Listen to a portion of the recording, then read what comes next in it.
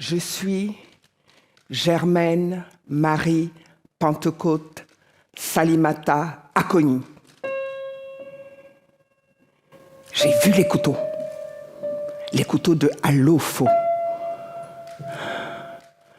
Tu avais écrit, papa, que le pouvoir se transmet de femme à femme. Ces couteaux sont donc à moi. Ces couteaux de sacrifice sont à moi. Ces couteaux ne sont pas faits pour tuer, papa. N'aie pas peur, papa. Je ne vais pas te tuer, papa. Je ne vais pas te tuer. Je ne suis pas une méchante fille.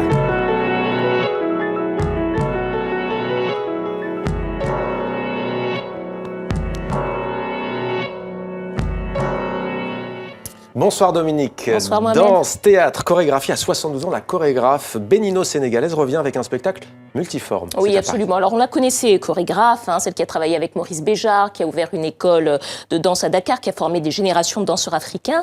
Et là, Germaine Akoni nous montre vraiment sa capacité à embrasser tous les domaines du spectacle vivant, puisque là, c'est à la fois une pièce de théâtre, de la danse, de la musique, du conte.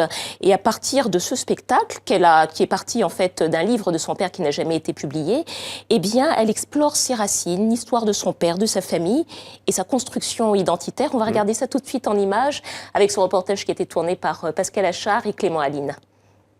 Le pouvoir se transmet de femme à femme. J'avais le besoin de sentir avec mon corps pourquoi il a renié certains préceptes de ma grand-mère, Alofo, qui était une prêtresse vaudou. Mais mon père a éprouvé le besoin peut-être d'aller plus loin à cause de la colonisation. On leur faisait le lavage de cerveau.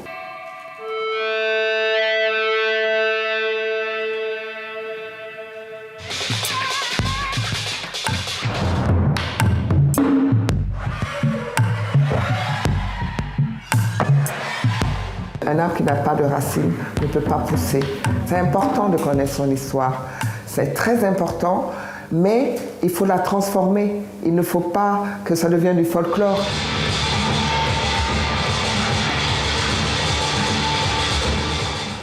Pourquoi tu abandonnerais tes gris-gris, papa? Eux, ils ont leur médaille. Je pense que je suis revenue à l'origine du théâtre total en Afrique, parce que le griot, il chante, il danse, il raconte. C'est le théâtre total, puisqu'on danse, on s'exprime, on parle, on tombe en transe.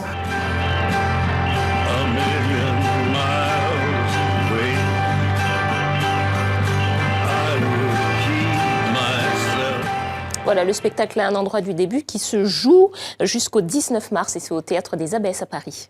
Au programme également, Dominique, une très belle découverte, si elle se confirme. En tout cas, il semblerait que l'on ait retrouvé un des navires de Vasco de Gama au large du Sultanat d'Oman. Oui, absolument. Il s'agirait de l'Esmeralda, qui était donc un galion commandé par l'oncle du navigateur portugais qui avait fait naufrage en 1503 au large d'Oman.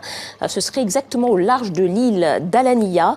Donc on a retrouvé les restes d'un navire portugais de cette époque. Et vous voyez, les plongeurs ont repêché un tas d'objets, matériel de navigation, cloches de navire, boulets de canon, tout ça frappé aux armoiries portugaises. Alors, on se souvient, et je suis sûre que vous vous en souvenez, puisque vous l'avez aussi appris à l'école, Mohamed, que Vasco de Gama, c'est lui qui a ouvert la route maritime jusqu'aux Indes. Et ce galion, en fait, faisait partie de son armada. Et c'est une découverte très importante parce qu'elle met en lumière les rencontres entre les peuples à cette époque-là. On va écouter. Les investigations ont été engagées après 3 ans de recherche historique et après avoir consulté les archives, en particulier les archives nationales portugaises. Elles affirment qu'il y avait des navires qui ont coulé dans ce secteur et on a commencé à travailler sur ce projet dès 1998. Grâce à Dieu, Oman avait sa particularité dans la région. Elle était à la croisée des civilisations depuis des millénaires. Ce qui a été prouvé ces jours-ci avec la découverte des débris de ce navire portugais. Et ça montre qu'il y a eu ici des rencontres entre les peuples. Merci Dominique pour cette chronique culture.